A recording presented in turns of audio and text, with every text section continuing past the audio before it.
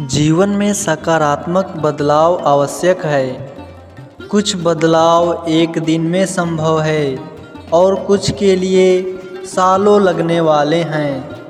मगर छोड़ना नहीं है, लगे रहना है, क्योंकि कोई भी बड़ा महल एक दिन में नहीं बनता, बल्कि रोज थोड़ा थोड़ा बनता है। गुरु और समुद्र दोनों ही गहरे होते हैं, पर दोनों की गहराई में एक फर्क है।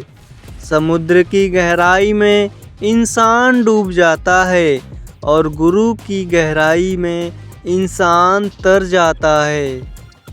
गुरु प्यारी साथ संगत जी, बड़े प्यार से कहिए जी, धन निरंकार जी। आशा करते हैं कि आप सभी संत महापुरुष सतगुरु माता जी के आशीर्वाद से जहाँ भी होंगे सेवा सिमरन और सत्संग करते हुए सतगुरु के कृपा से सतगुरु के चरणों से जुड़ करके स्वस्थ होंगे, खुश होंगे, प्रसन्न होंगे। सत्संगत जी, आज के टॉपिक का नाम है धर्म की परिभाषा। सत्संगत जी, भक्त जांजली अपना अधिकांश समय आराधना तथा चिंतन मनन में लगाते थे। उनके हृदय में यह जानने की जिज्ञासा रहती थी कि सच्चा धर्म क्या है। उन्होंने अपने गुरु जी से कहा, महाराज, मैं धर्म की परिभाषा जानना चाहता हूँ, मेरा मार्गदर्शन करें। गुरुजी ने कहा कि जनकपुर में तुलाधार नाम का एक परम भक्त व्यापारी है, वही तुम्हारी जिज्ञासा का समाधान कर सकता है। तुम उसके पास जाओ। जांजली जनकपुर जा पहुँचे। तुलाधार की दुकान पर पहुँचे तो उन्होंने देखा कि वह ग्राहकों का सामान तौल कर दे रहा है। जांजली ने विनम्रता से पूछा, सेठ जी, आपका गुरु कौन है? आप बताइए कि धर्म किसे कहते हैं? तब तुलाधार ने उत्तर दिया कि मेरा व्यापार ही मेरा गुरु है। ग्राहकों को बिल्कुल ठीक ठीक से तौल कर सामान देना ही मेरा धर्म है। मैं पूर्ण ईमानदारी से किए गए व्यापार कार्य से निवृत्त होने के बाद घर में अपने वृद्ध माता पिता जी की सेवा करता हूँ।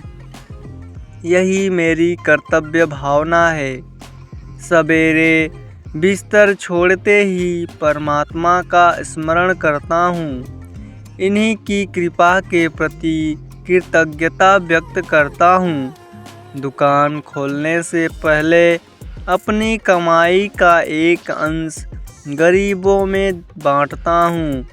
इसके अलावा और कुछ भी मैं नहीं जानता। तुलाधार के इन थोड़े से शब्दों ने ही जांजली की जिज्ञासा का समाधान कर दिया। सत्संगत जी, इसी तरह से एक बार एक नास्तिक युवक महर्षि रमण के पास आया।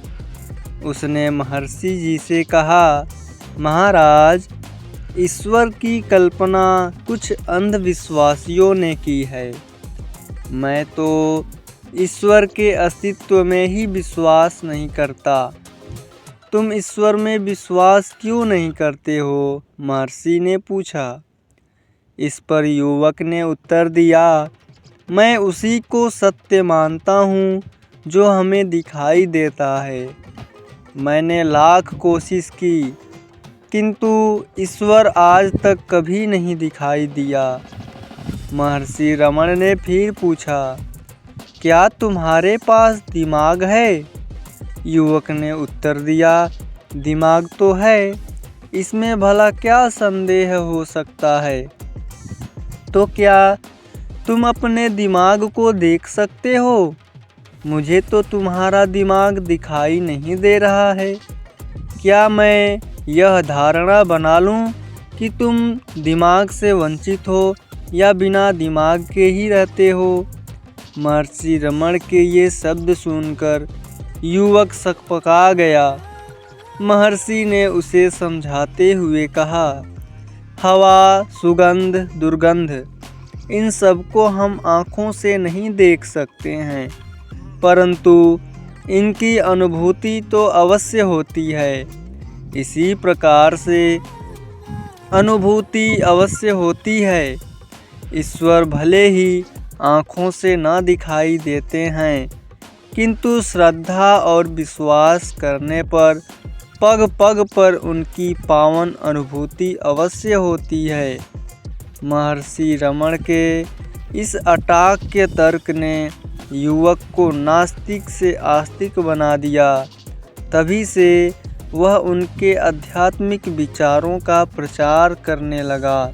जब हम स्टेशन पर पहुंचकर गाड़ी में बैठ जाते हैं तो गाड़ी भले ही लेट हो जाए, पर हमें यह विश्वास रहता है कि यह हमें अपने मुकाम पर पहुंचाएगी। इसी प्रकार से जब हम ब्रह्म ज्ञान लेकर गुरु के वचनों को मानते हुए बुरे कर्मों का त्याग करके सिमरन करने लगते हैं, तो चाहे ब्रह्मांड ही क्यों ना पलट जाए, पर संतों का वाक्य नहीं पलटता है। सिमरन का बीज कभी नष्ट नहीं होता है, वह जरूर उगेगा और पेड़ बनकर फल भी जरूर देगा। इसीलिए हम सतगुरु पर भरोसा अटल रखें।